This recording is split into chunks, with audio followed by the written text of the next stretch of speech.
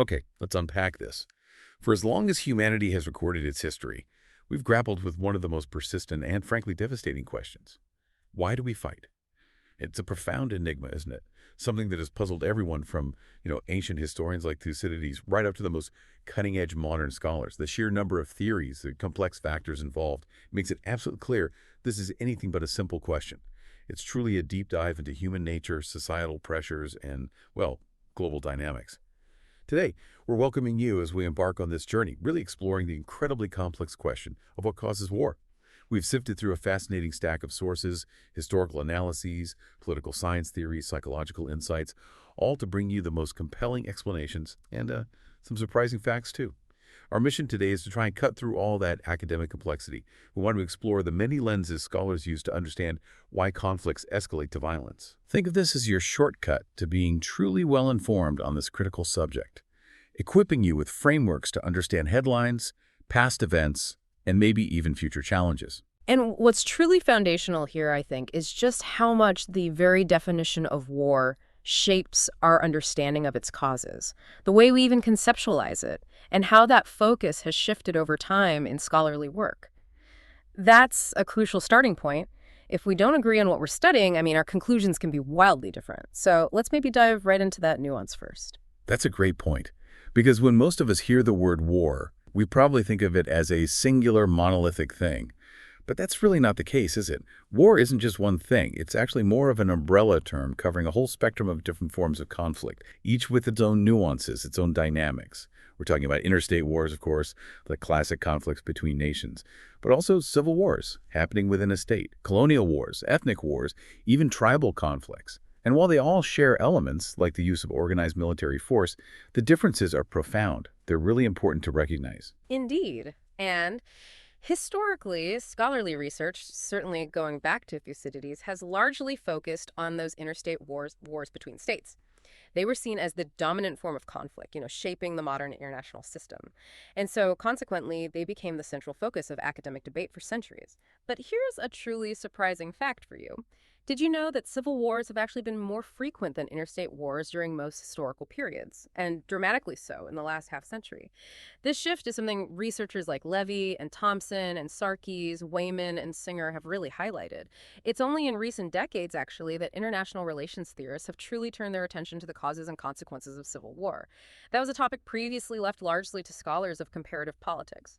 So this reorientation, it fundamentally changes how we approach the broader question of why war. That's a huge distinction, and it really underscores why clearly defining war is so important for any kind of analysis. It's not just any violence, any skirmish. To rigorously analyze patterns and causes, scholars need specific criteria, right? To differentiate a full-blown war from, say, lesser uses of military force. Without those criteria, the data would just be all over the map, and we wouldn't be able to draw meaningful conclusions. Precisely. Now, for our purposes in this deep dive, general criteria will probably suffice. We're not compiling a data set here. However, when analysts are compiling comprehensive lists of wars, they need explicit, replicable criteria. The fighting, for instance, it must be sustained rather than sporadic, involving a fairly regular use of force of a certain magnitude. This helps distinguish, say, a minor border clash or a short-lived insurgency from a true organized war. And the reason this precision matters is it ensures consistency. If different researchers use different definitions, well, their findings just won't be comparable. It makes it incredibly difficult to understand patterns of conflict across different times and places. And it also leads us to a really fundamental understanding. War, at its core, is a political act, and maybe controversially, a social invention. Political leaders, by and large, they prefer non-forceful means to achieve their goals. Diplomacy, economic pressure, because those are generally less costly and less risky than actual military force. They might use threats of force, sure, to reinforce demands, hoping the adversary complies so that actual fighting becomes unnecessary. Exactly. And if we connect this to the bigger picture, the most effective uses of military power are often found where force isn't actually used at all. Think about deterrence. The mere threat of force can be enough to change an adversary's behavior, maybe dissuade them from taking an action rather than engaging in a conflict. So it's not just raw violence then. Not at all. This leads to the concept of war as an institutionalization of violence. It's not just chaotic aggression. It's a kind of social invention with specific goals, purposes, strategies, even rituals. We see this in things like formal declarations of war, established surrender protocols, rules about the treatment of prisoners, and so on. War essentially functions as a unilateral allocation mechanism when normal politics, government, diplomacy, negotiation, when those things break down. In those moments of intense stalemate, war steps in as a brutal way to make authoritative decisions, as scholar John Vasquez puts it, when all other means have failed. This perspective helps us see that war isn't simply an outburst of aggression, but a structured, albeit violent, tool within political systems, employed when other tools are exhausted or seem insufficient. Okay, so if we accept that war is this complex, multifaceted thing, how do we even begin to categorize the countless factors that might lead to it? It can feel overwhelming, like trying to juggle 1,000 different threads. Luckily, scholars have developed a really powerful conceptual tool to help us organize our thinking. It's called the Levels of Analysis Framework.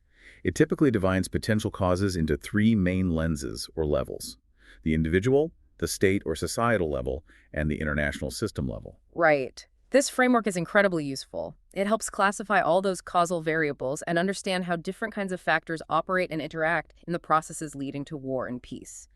It provides a structured way to dissect complex events, allowing us to examine influences at different scales, from the psychology of a single leader all the way up to the structure of global power dynamics. It's kind of like having a mental map for understanding conflict. Let's do a quick overview of each level then. At the individual level, the focus is squarely on the decision-makers themselves, the political leaders in power. This includes their personal characteristics, their belief systems, their unique personalities, psychological processes, the lessons they've personally learned from history, even their management styles. The core idea here is that these specific individuals have a significant causal impact.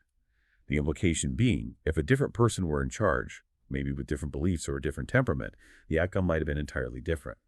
Many interpretations of World War II, for instance, heavily focus on German Chancellor Adolf Hitler, arguing that without him, the war might have been avoided or at least taken a very different path. Then, moving to the state or societal level, we shift our focus to look within the state itself. Here, we examine things like domestic structures, the nature of political systems, for example, whether a state is a democracy or an autocracy. That can make a big difference.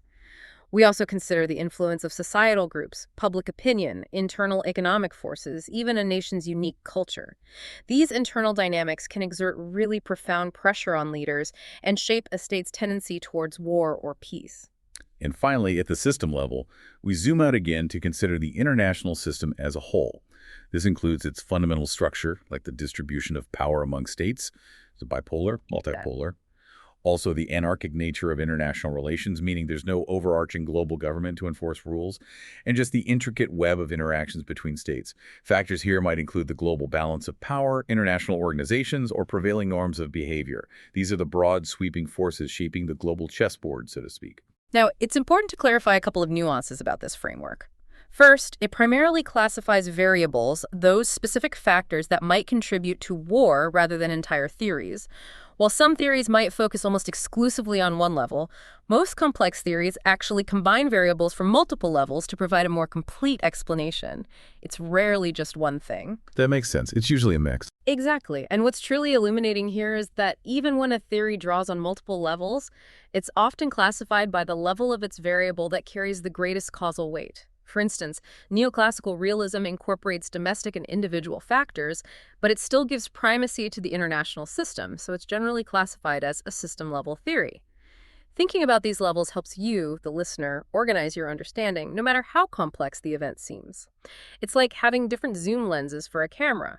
One lens for individual leaders, another for national societies, and a wide angle for the entire global system. Each reveals a different, crucial aspect of the picture. This helps us avoid getting stuck on a single cause and really appreciate the multi-causal nature of war. Absolutely. And when we zoom in on that individual level, the human element of decision-making really comes into sharp focus.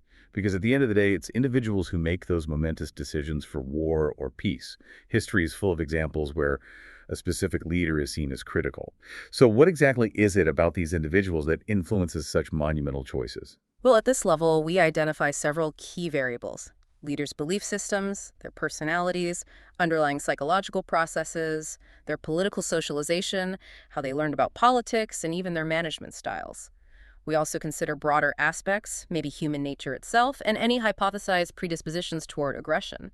But beyond these inherent traits, it's critical to understand how leaders process information and the inevitable biases that can creep into their decision-making. And this is where human psychology truly intersects with critical decisions, often with devastating consequences. We're talking about misperceptions. It's not just a fog of war on the battlefield, but a fog of war that can cloud a leader's mind before any shots are fired. Indeed. Scholar Robert Jervis, among others, really documented how cognitive biases can lead to significant distortions. Our prior beliefs, for instance, can powerfully impact how we perceive and interpret new information. We often see what we expect to see rather than what's actually there. Imagine someone looking for evidence to confirm their existing worldview. They'll likely find it, even if contradictory evidence is just as strong or stronger. Confirmation bias, essentially. Exactly. A related bias is premature cognitive closure. This is where decision makers tend to stop searching for new information once their pre-existing views are adequately supported.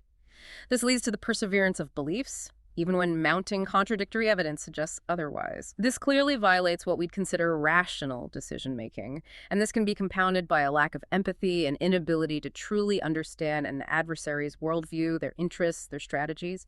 Think about the Korean War's escalation into a Sino-American War in 1950. That's often cited as a prime example of misinterpretation due to profoundly different worldviews between the key players. They just weren't seeing the world the same way. So if our minds can kind of warp facts cognitively, what happens when our emotions get involved? This is the realm of motivated biases, and this sounds really fascinating. Right. These biases stem from deep psychological needs, fears, guilt, desires. They can profoundly distort a leader's perceptions, even if they're not consciously aware of it. People might engage in defensive avoidance, for example, simply denying emotionally uncomfortable information or information that runs contrary to their goals. Imagine a leader who desperately wants to believe a certain outcome is possible. They might just block out any news suggesting otherwise. It's too painful to consider. Their beliefs in these cases can become convenient rationalizations for underlying political interests or unacknowledged emotional needs, subtly pushing them towards certain policies regardless of objective evidence. It's not just about seeing what you want to see, it's about feeling what you want to feel and letting that guide your interpretation of reality. Another critical psychological factor must be a leader's risk propensity, their willingness to take chances. And it's probably not just about an individual's personality, right? Situations themselves, maybe even cultural norms, could encourage or discourage risk-taking, which seems crucial when facing the ultimate gamble of war. This brings us to prospect theory, developed by Kahneman and Tversky, which offers really powerful insights here. The theory suggests that decisions are evaluated based on a reference point, which is most commonly the status quo where things are right now. What's crucial here are two concepts: status quo bias and loss aversion. People tend to be risk-averse for gains. They're generally hesitant to take big risks to improve on the status quo. Better safe than sorry, perhaps. However, and this is the key insight, they are conversely risk-seeking to avoid losses from the status quo. This means, if faced with possible losses, individuals will often gamble on risky strategies that might eliminate that loss, rather than adopt a safer strategy that is certain to lead to that negative outcome. They'll roll the dice to avoid a sure loss. Wow. So that explains things like throwing good money after bad. Exactly. It helps explain the phenomenon of sunk costs, where leaders continue to pursue costly interventions in wars, maybe in strategically unimportant areas, to avoid the perceived loss of power, prestige, or even just domestic support. Think about the U.S. involvement in Vietnam or the Soviet Union's and Afghanistan situations, where leaders kept pouring resources into conflicts rather than accepting a defeat and moving on. The perceived loss was too great. This also has profound implications for deterrence.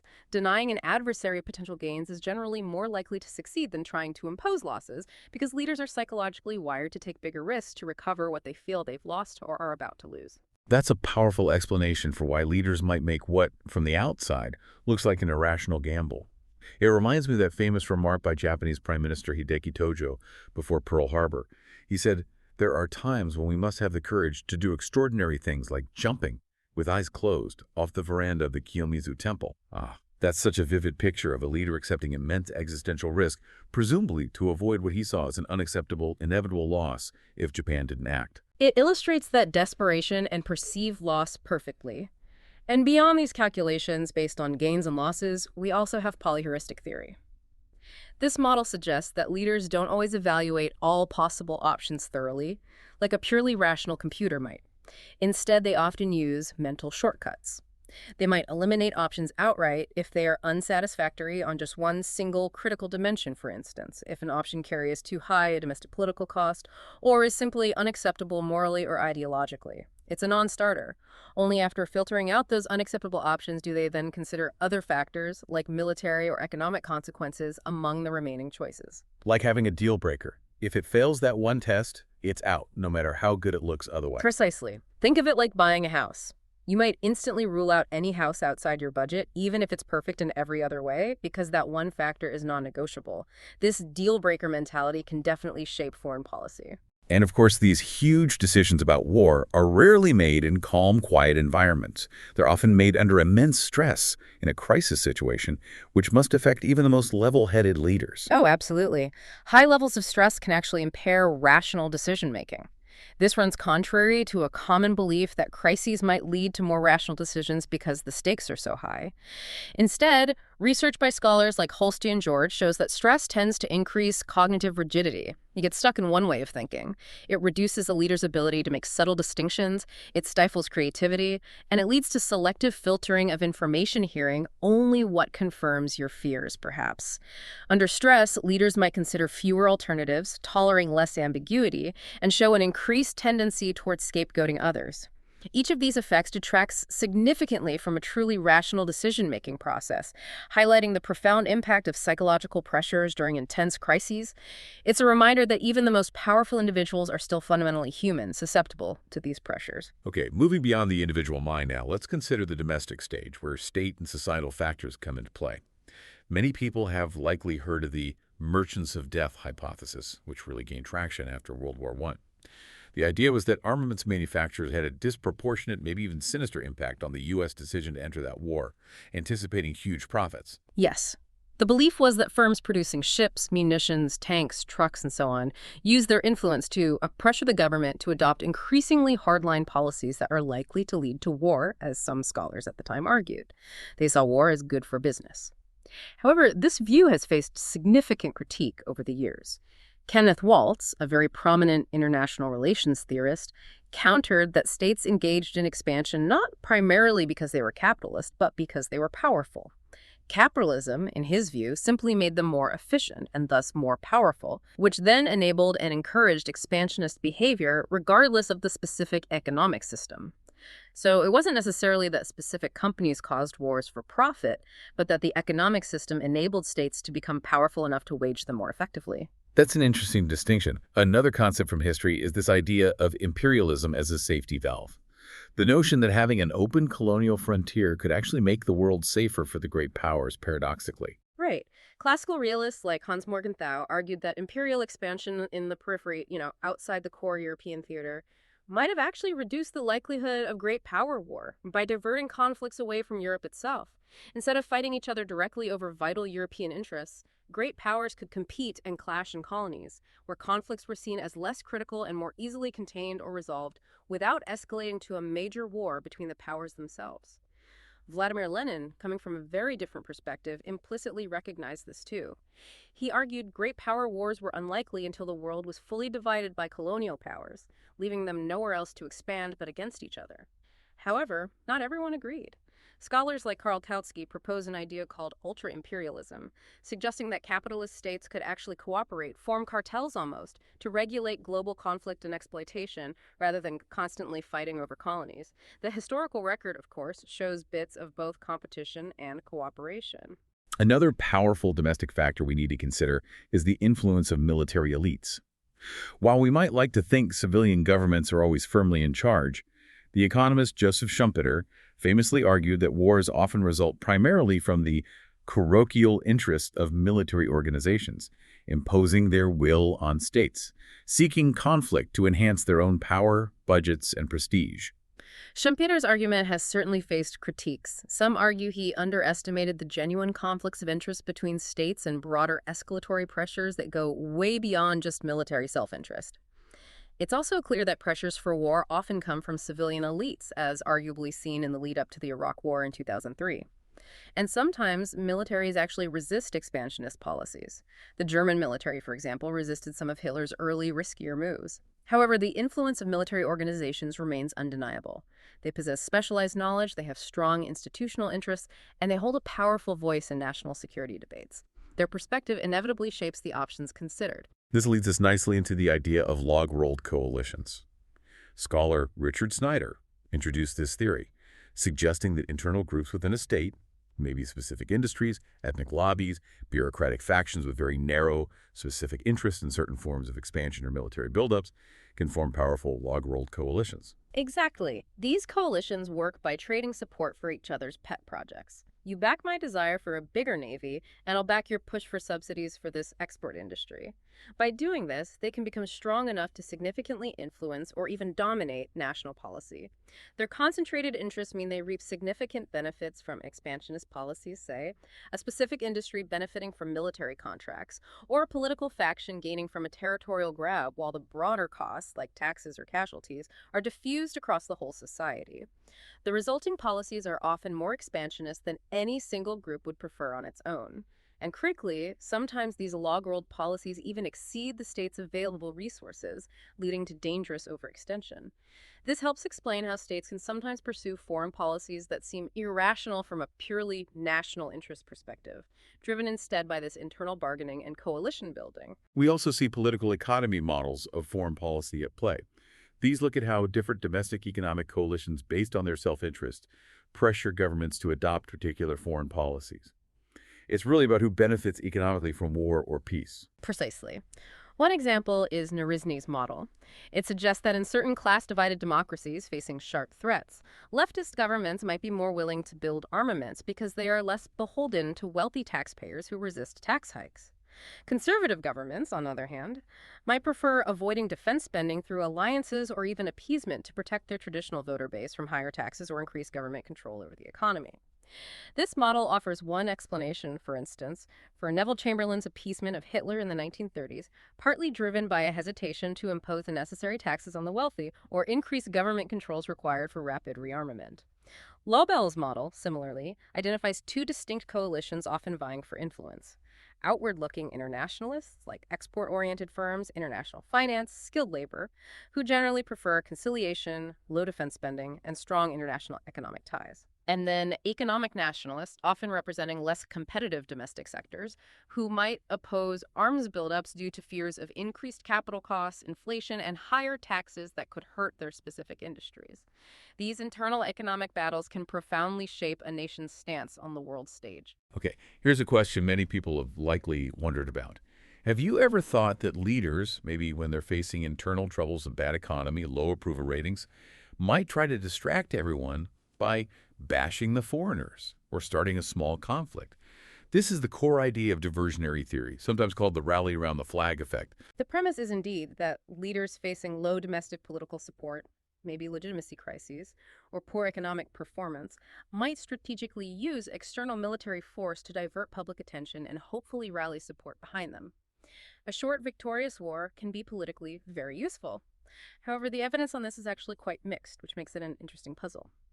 While historical case studies often conclude diversionary behavior is pretty common, you can point to specific instances where it seems to have happened. Large-scale statistical studies looking for consistent patterns find mixed or weak evidence overall. So it's still an active area of debate among scholars. They have identified specific conditions where diversion is perhaps more likely. Low to moderate domestic support, not rock bottom maybe. Poor economic performance, and particular points in the electoral cycle, especially leading up to an election, but maybe not too close where it looks overtly cynical and desperate. It's a complex calculation for any leader. Now, one of the most widely discussed ideas in international relations, and certainly one that offers a glimmer of hope for a more peaceful world, is the democratic peace hypothesis. The core idea here is that democracies are inherently more peaceful, especially with each other. This is a really fascinating and complex area, but it rests on a very strong empirical regularity, what we call dyadic peace. This means democracies very rarely fight each other. The historical evidence for this is remarkably robust, one of the strongest findings in international relations. However, the picture gets murkier when we look at how democracies interact with non-democracies. Initial scholarship suggested democracies were just as likely, maybe even more likely, to fight non-democracies. This led to a concept of monadic war proneness. Democracies are peaceful with each other, but not necessarily overall. More recent work contests this, arguing democracies might be more peaceful generally, but a full consensus hasn't really emerged. It partly depends on how you define democracy and what kinds of wars you count. That's interesting. So they don't fight each other, but maybe they're not inherently pacifist towards everyone. Yeah. What about public opinion? Does that play a role? It definitely does. Public opinion in democracies can sometimes be more hawkish than the leaders themselves, making it difficult for leaders to compromise or appear weak. John F. Kennedy, for example, reportedly felt constrained by perceived hawkish public opinion when making decisions about continuing the Vietnam War. He feared the domestic political backlash if he seemed too willing to back down. So the public isn't always a force for peace then. What about the actual costs of war in democracies? Does accountability matter? Absolutely. Democratic leaders are generally thought to be more sensitive to the outcomes of wars because unsuccessful wars carry significantly greater political costs for them than for autocratic leaders. If a Democratic leader loses a war, they might lose the next election or even face impeachment or removal from office. Autocrats often face fewer consequences unless the loss is catastrophic. This heightened sensitivity means democracies are often more careful about initiating wars. They tend to pick fights they are confident they can win, and then commit enormous resources to ensure victory. This might explain why democracies, when they do fight, are statistically more likely to win. Perhaps most interestingly, related to this, research has shown that pairs of democracies, democratic dyads, are much more likely to settle their territorial claims peacefully. They use negotiations and legal procedures about 3 times more often than non-democratic pairs. They rarely even threaten force over these issues. This suggests that having stable borders and finding ways to manage territorial disputes peacefully actually creates a propitious environment for democracies to emerge and survive, and helps them avoid war with each other. It might be that peace helps democracy as much as democracy helps peace. Beyond politics and economics, what about those deeply held beliefs and identities? We've seen throughout history how cultural factors, religion, ideology, can play a significant role in defining who fights whom and why. This brings us to the controversial but influential clash of civilizations hypothesis, famously put forth by Samuel Huntington.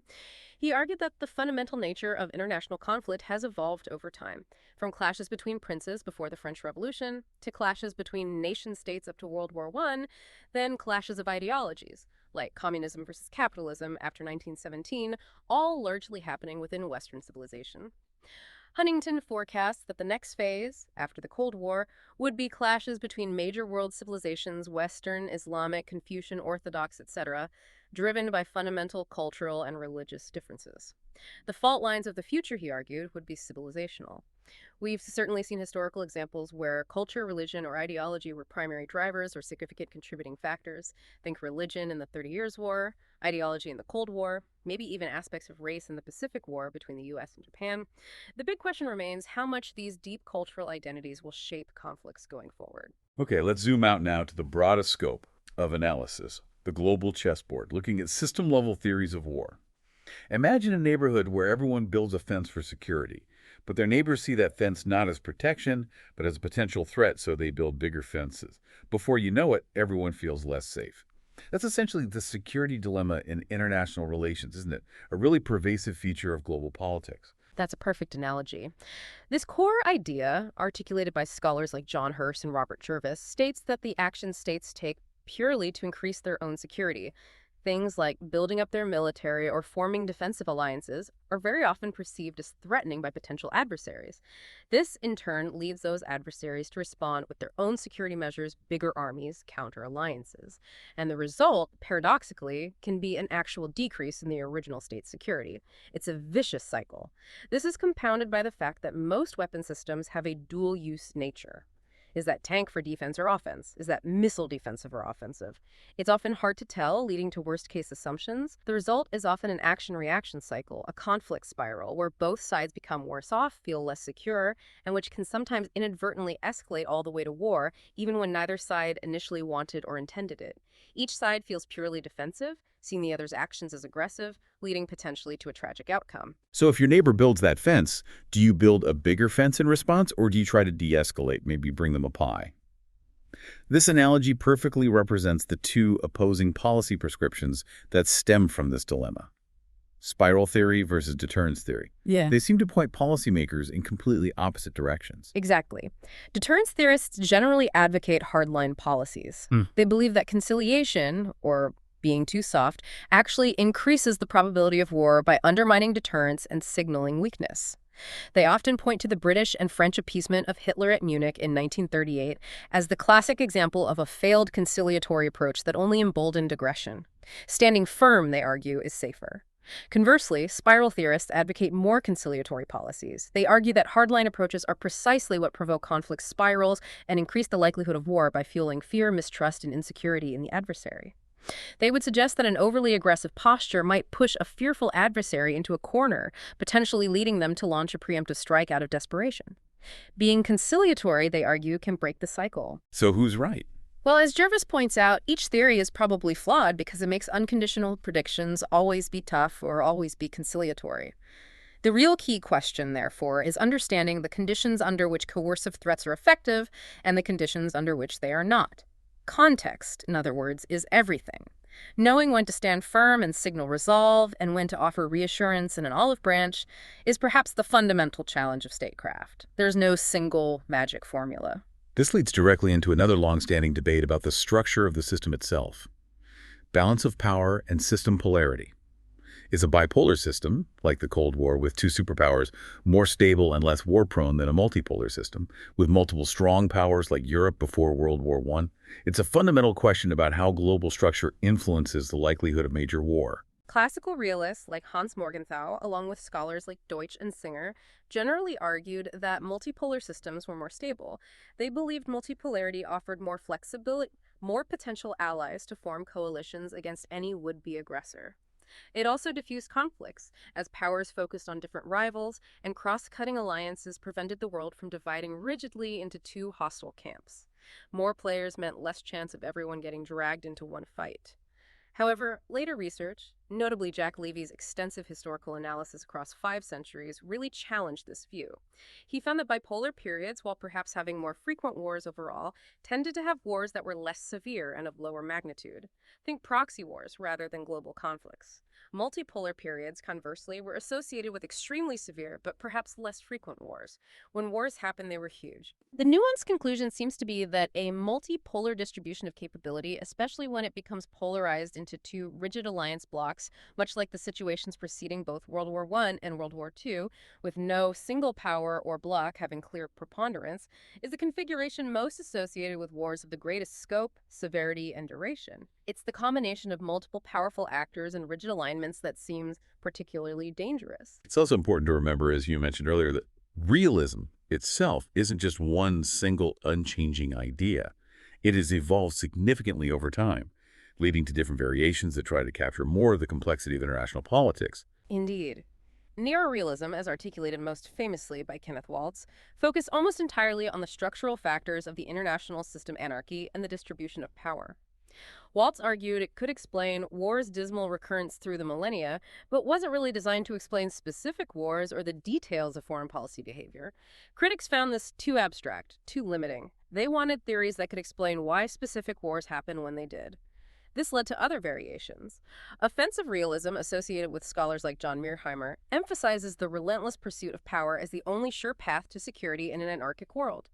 It argues the security dilemma is inescapable and severe, meaning any military buildup inevitably generates counter-responses and conflict spirals.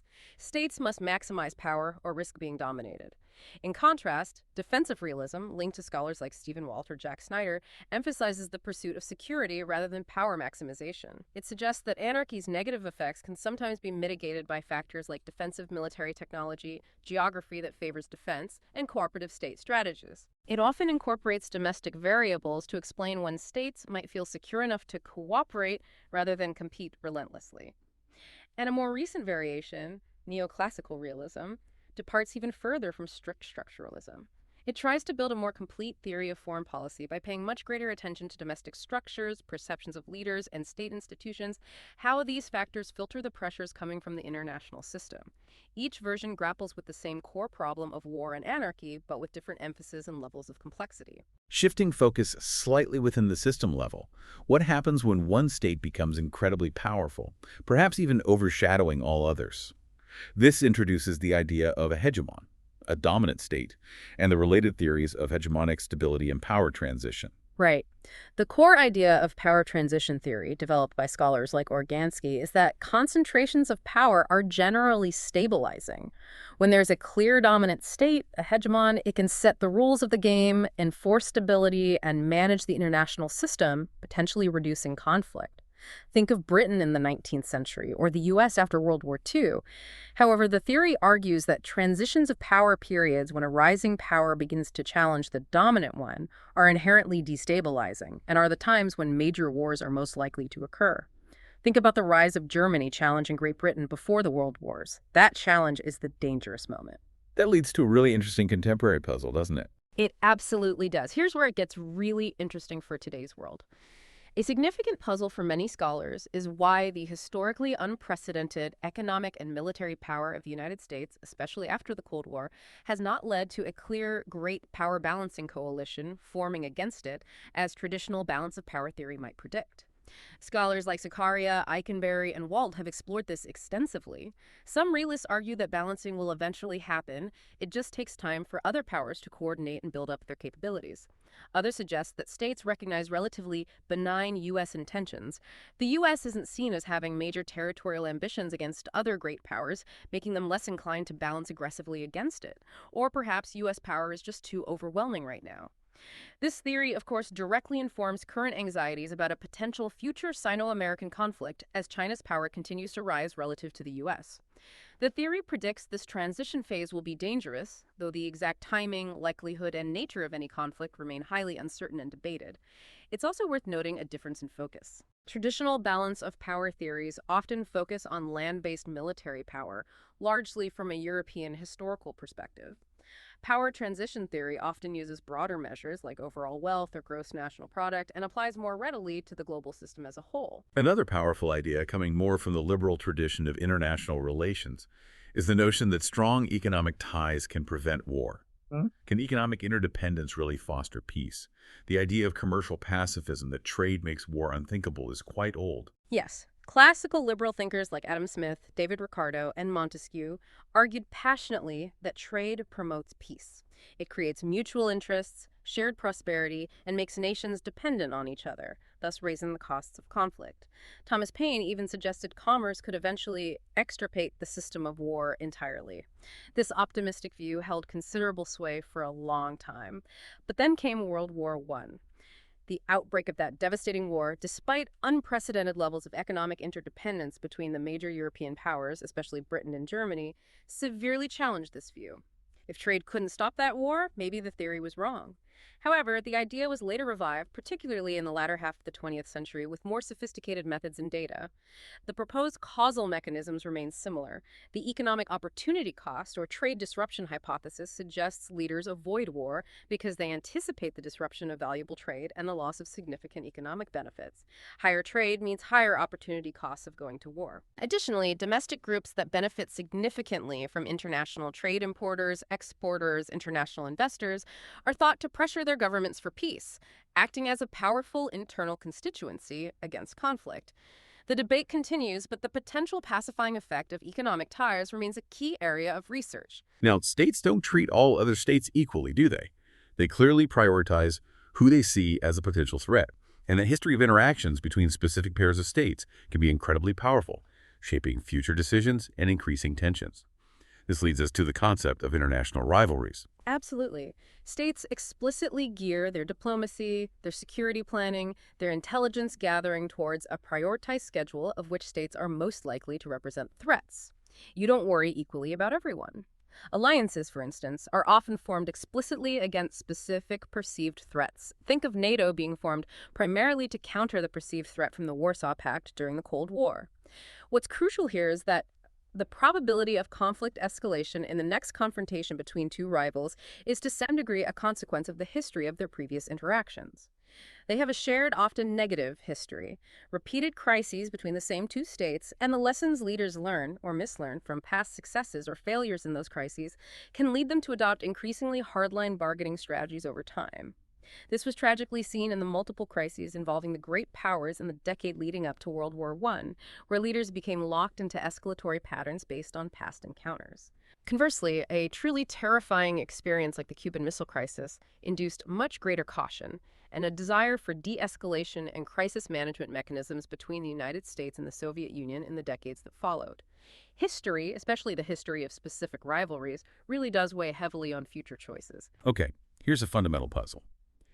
If war is so incredibly costly and destructive, leading to immense suffering, economic ruin, and political risk, why do supposedly rational actors still engage in it? It seems like there should always be some kind of negotiated settlement that both sides would prefer to actually fighting. This is the core question addressed by the bargaining theory of war. You're absolutely right. War is inherently inefficient from a purely rational cost-benefit perspective. The costs of fighting almost always outweigh whatever could be gained through fighting, meaning a negotiated settlement that divides the spoils without incurring those costs should, theoretically, always be possible and preferable for both sides. So the bargaining theory focuses on why such mutually preferable settlements are often so hard to reach, even among rational actors who understand the costs. Why does bargaining fail? One major reason identified is private information and incentives to misrepresent. States often have private information about their true military capabilities or their level of resolve, how much they're really willing to suffer for their goals. Is their military stronger than it looks? Are they bluffing about their willingness to fight? Furthermore, they have strong incentives to misrepresent this private information during negotiations. They might bluff, pretending to be stronger or more resolved than they are, to try and get a better deal. This makes it very difficult to find a settlement based on accurate information, as neither side can fully trust the other's claims. So bluffing makes finding a deal harder. What else? A second, equally significant mechanism is the commitment problem. Even if both sides had complete and accurate information about each other's capabilities and resolve, reaching a deal can still be difficult if relative power is expected to shift significantly in the future. Imagine a state that is currently declining in power relative to its adversary. Even if they reach a settlement today, they might fear that the rising adversary will simply use its greater future power to renege on the deal and demand even more concessions later. Knowing this, the declining state has less incentive to accept concessions now and might prefer to fight while it still has a better chance of preventive war logic. This commitment problem applies powerfully to situations of power transitions between states, but also extends to civil wars. Think of an ethnic security dilemma where groups within a state can't trust each other to uphold power sharing agreements in the future, especially if demographics are shifting. Or commitment problems in situations like post-conflict settlements in places like Lebanon, where groups fear being disarmed or marginalized once a deal is struck. The inability to credibly commit to future agreements can be a major barrier to peace. So instead of thinking about one single cause, what if war is more like a journey, a process, a series of interconnected steps that, once taken, make conflict increasingly likely, almost inevitable? This is the idea behind the Steps to War model, which tries to synthesize many of the findings we've discussed across different levels of analysis. Exactly. This model, developed primarily by scholar John Vasquez, outlines a kind of logical sequence of escalation. It usually begins with underlying issues over which states find themselves in conflict. And here's where it gets really interesting, connecting back to what we said earlier. Quantitative research consistently shows a much stronger tendency for states to fight over territorial issues in particular compared to other types of disputes like trade or ideology. In fact, territorial contiguity, literally being neighbors sharing a border, is found to be almost a prerequisite for war to break out between two states. Most wars happen between neighbors, fighting over their shared border or nearby territory. So territory is the first step, the root issue often. It's often the foundational issue. These underlying territorial issues then give rise to rivalry and crises. The states become defined rivals, and they experience repeated militarized disputes or crises over the issue, where leaders increasingly rely on threats and coercive bargaining tactics rather than diplomacy. Repeated crises, especially if leaders feel they won the last one by being tough, tend to heighten hostility and cement animosity between the rivals. Then, perceived long-term threats from the rival lead actors to engage in what are sometimes called realist practices. This means increasing their military power, often through alliances with others and/or major military buildups, which frequently lead to arms races. Finally, according to the model, disputes between these rivals are most likely to escalate all the way to war if there's an ongoing arms race. If the specific crisis is triggered by perceived physical threats to vital issues, which again are often territorial, if it's just the latest in a series of recurring crises, if a hostile tit-for-tat interaction spiral emerges during the crisis itself, and if hardliners come to dominate the leadership on one or both sides, it's a sequence of escalating factors. What's really striking about this model, and maybe counterintuitive for some, is that it suggests these realist practices, things like building up your military and forming alliances, which leaders often claim are purely for security and deterrence, can actually make war more likely in the long run. They do this by increasing the rivals' sense of threat and insecurity, fueling the very conflict spiral they were supposedly meant to prevent. Yes, and that's a critical finding that challenges common assumptions about national security policy. It suggests that actions taken for self-defense can inadvertently provoke conflict. However, it's not always a perfect prediction. There can be exceptions and context matters. During the Cold War, for instance, unlike many other historical periods, the fact that both the US and the Soviet Union had strong outside alliances, NATO and the Warsaw Pact, actually seemed to decrease the probability of a direct war between them. This was possibly due to the unique nature of the nuclear standoff, the balance of terror, where the alliances perhaps added an element of stability and caution, creating a kind of tense but stable unpeace. This just highlights, again, the importance of specific conditions. While general patterns exist, history rarely repeats itself exactly. Okay, let's go behind the scenes now and look at the organizational level of decision-making. It's so easy to assume states act with a single, unified national interest, like a perfectly rational individual making calculated choices. But what if the internal dynamics of government itself, the messy world of bureaucracies, departments, standard procedures, play a much bigger role than we often think? Graham Allison's seminal work, Essence of Decision, published back in 1971, really challenged that traditional idea that foreign policy was somehow beyond the water's edge and immune to the push and pull of domestic bureaucratic politics. That's right. Traditionally, scholars tended to focus on domestic politics for internal issues like healthcare or education, but assumed that on crucial foreign policy matters, especially war and peace, the national interest would override internal squabbles, and the state would act as a unified, rational actor presenting a single front to the world. Allison, however, drawing heavily on the Cuban Missile Crisis, pioneered research on bureaucratic politics and organizational process influences. He demonstrated how the internal workings of government agencies with their own routines, interests, rivalries, and standard procedures profoundly shape foreign policy decisions, sometimes in ways that diverge significantly from what a purely rational, unified actor might choose. The government isn't a monolith. And a core proposition of this bureaucratic politics model is famously captured by the saying, "Where you stand depends on where you sit."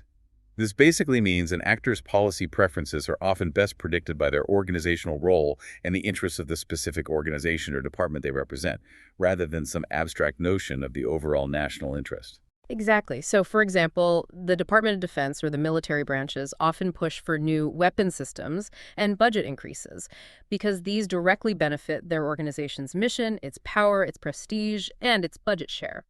A Navy admiral will naturally advocate for naval solutions to problems, while an Air Force general will push for air power. Their organizational seat shapes their stand on policy issues. However, it's not always a simple hawkish stance based purely on organizational interest. There are exceptions. Secretary of Defense Robert McNamara, during the Cuban Missile Crisis, was notably one of the most cautious voices, strongly opposed to an immediate military strike, even though he sat atop the military hierarchy. So individual leadership can sometimes transcend purely organizational roles. But generally, your perspective is heavily shaped by the bureaucratic chair you occupy. And bureaucracies, almost by their very nature, tend to love routine, right? They develop standard ways of doing things. Yeah. How do these organizational routines and the concept of satisficing influence decision-making, especially for something as critical as war? Organizations heavily rely on standard operating procedures, or SOPs. These are routines developed based on past successes, or simply what they've always done because it's efficient for managing large, complex tasks. This reliance on SOPs can lead to the persistence of outdated policies or responses, almost like organizational muscle memory, even when a new situation really demands flexibility and innovation. The organization just executes the pre-programmed routine. Furthermore, rather than engaging in a comprehensive, exhaustive search for the absolute best possible solution to a problem, as a purely rational model might assume, organizations often satisfice. This concept was introduced by Herbert Simon. Satisficing means they consider options sequentially until they find one that is good enough, one that meets a certain minimum acceptable threshold or target level. They don't necessarily keep searching for the optimal choice once an acceptable one is found. So good enough is the goal, not perfect. Pretty much. Think of it like a bureaucracy looking for the first available exit ramp on a highway once they realize they need to get off, rather than carefully analyzing all upcoming exits to find the absolute fastest or most scenic route. This satisficing behavior can lead to less than ideal policy outcomes, especially in complex, rapidly evolving crisis situations leading up to war, where the first good enough option might actually be quite flawed. Now, while few modern states are controlled directly by military elites in the way Schumpeter perhaps feared, their military influence and the nature of their doctrines are undeniably important and can sometimes significantly increase the chances of war, can't they? Definitely. We can look back at Imperial Japan in the 1930s as a powerful historical case where the military gained substantial, almost dominant control over the government and significantly contributed to the path towards the Pacific War through aggressive expansionist policies. More broadly, the type of military doctrines and detailed war plans that states develop can have profound, sometimes unintended, consequences. Offensive doctrines, for example, which emphasize the advantages of striking first, and the rigid war plans based on them, like Germany's infamous Schlieffen Plan before World War I, can be particularly dangerous. Scholar Barry Posen argued compellingly that such offensive plans can increase the incentives to strike first in a crisis, fueling arms races, tensions, and conflict spirals, and encouraging aggressive policies overall. They create a use-it-or-lose-it mentality. The Schlieffen Plan, for instance, was incredibly rigid. It required the violation of Belgian neutrality to achieve a rapid invasion of France. This operational necessity made British entry into World War I much more likely, effectively working at cross purposes with German diplomatic efforts that were simultaneously trying to keep Britain out of the conflict.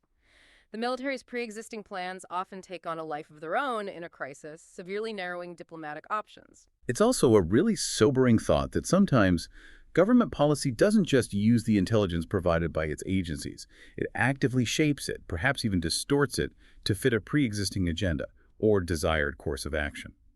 This is what we often hear referred to as the politicization of intelligence. Yes, this phenomenon occurs when political leaders, either subtly or overtly, pressure intelligence agencies to produce analyses that support their preferred policies, or when they selectively use, cherry-pick, or even misrepresent intelligence findings to structure public debate and gain support for a particular action, like going to war. A prominent recent example often cited in this context is the Bush administration's handling of intelligence regarding Iraqi weapons of mass destruction, WMDs, in the lead-up to the 2003 invasion. Critics argue evidence was distorted or exaggerated. Famously, the head of British intelligence at the time reportedly concluded in a memo that within the U.S. government, the intelligence and facts were being fixed around the policy. That's deeply concerning. And related to this, how individual leaders interact within small, high-pressure groups can also lead to flawed decisions, right? The idea of groupthink. Exactly. Irving Yannis developed this influential concept of groupthink based on studies of several major U.S. foreign policy fiascos, like the Bay of Pigs invasion. He identified several symptoms of groupthink that can emerge in small, cohesive decision-making groups, especially under stress. These include illusions of invulnerability, the belief that the group is too smart or strong to fail, illusions of unanimity, suppressing dissent to maintain harmony, unquestioned belief in the group's inherent morality, and the stereotyping and discounting of contrary information or warnings from outsiders. This is often reinforced by self-appointed mind guards within the group who actively shield the leader and other members from dissenting views or uncomfortable facts. This dangerous combination leads the group to consider only a very limited number of policy alternatives, fail to properly assess the risks of their preferred option, and neglect to develop contingency plans if things go wrong.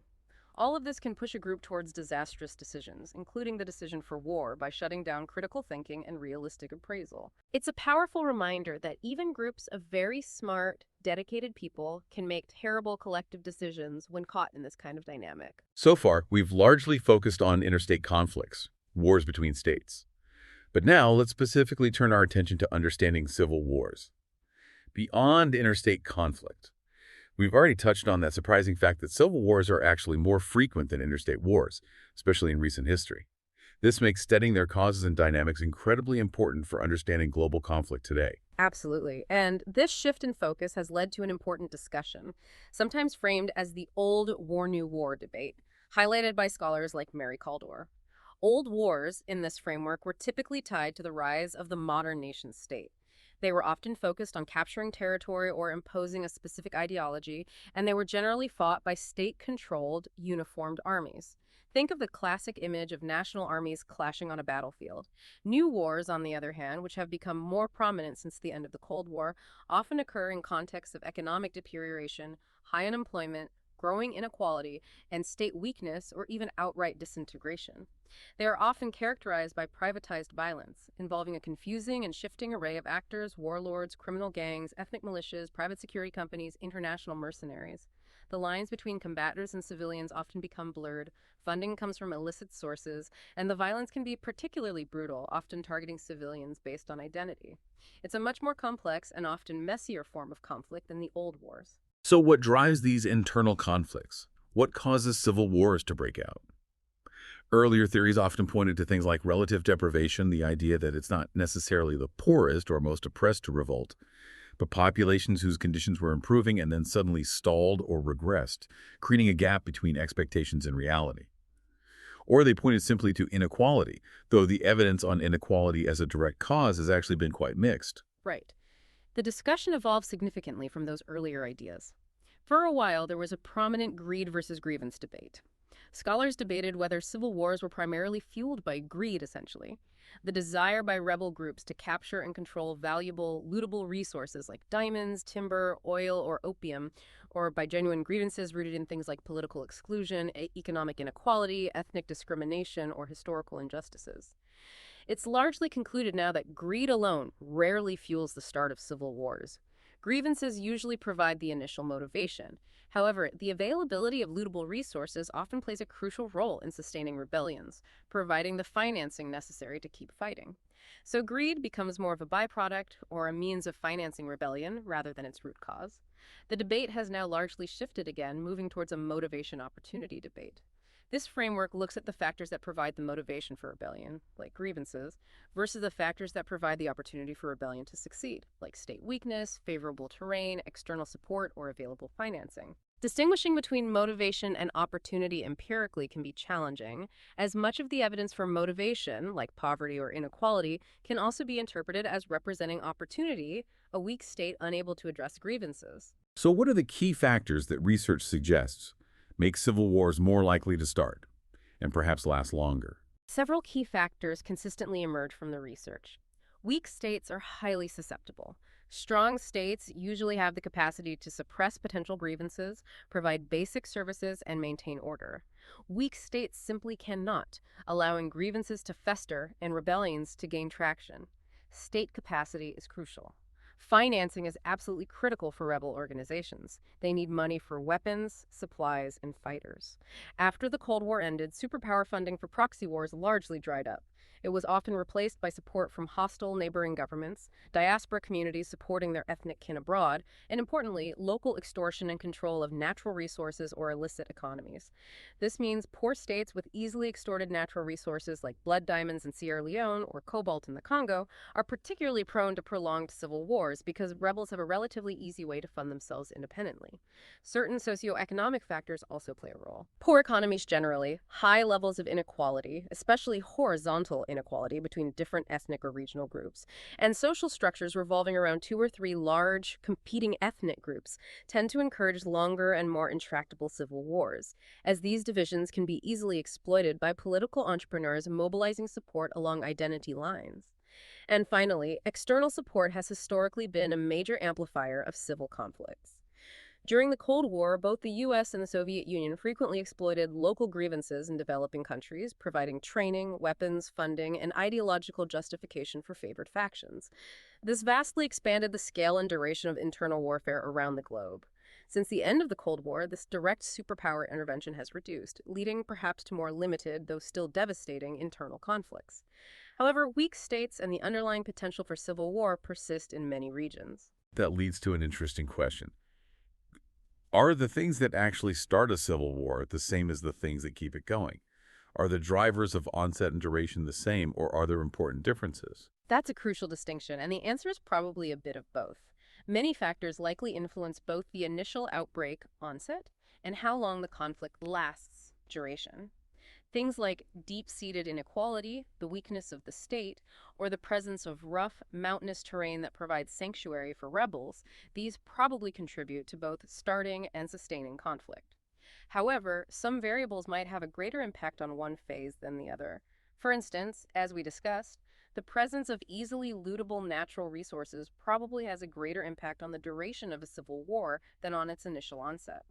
A rebellion might start for political grievances, but it can be prolonged almost indefinitely if there's a steady stream of revenue available from controlling diamond mines or opium fields, allowing rebels to sustain their fight long after the initial motivations might have faded. Understanding this distinction between onset and duration is really important for designing effective policies, both to prevent civil wars from starting in the first place and to help bring ongoing conflicts to an end. The intervention needed might be different depending on the stage of the conflict. We've covered a tremendous amount of ground today, exploring this vast and incredibly intricate puzzle of why wars begin and why they persist, both between states and within them. It's clear this is an ever-unfolding puzzle with no single, easy answer. As we try to synthesize all this, it's maybe important to recognize that different types of scholars approach this causes of war question with slightly different goals in mind. Historians and political scientists, for example, while both studying war, often have quite distinct aims. Yes, that's a very useful distinction to keep in mind. Most historians are primarily interested in explaining unique, particular historical events. They want to provide a rich, detailed, total explanation of why this specific war, World War I, the Peloponnesian War, the Vietnam War, happened exactly the way it did in all its specific context. They are often, understandably, quite skeptical of broad, general theories that try to apply across all cases, preferring instead to emphasize contingency and uniqueness. Political scientists, on the other hand, are generally more interested in constructing and testing theoretical generalizations about patterns of conflict. They want to identify factors that make war more or less likely in general across many different cases.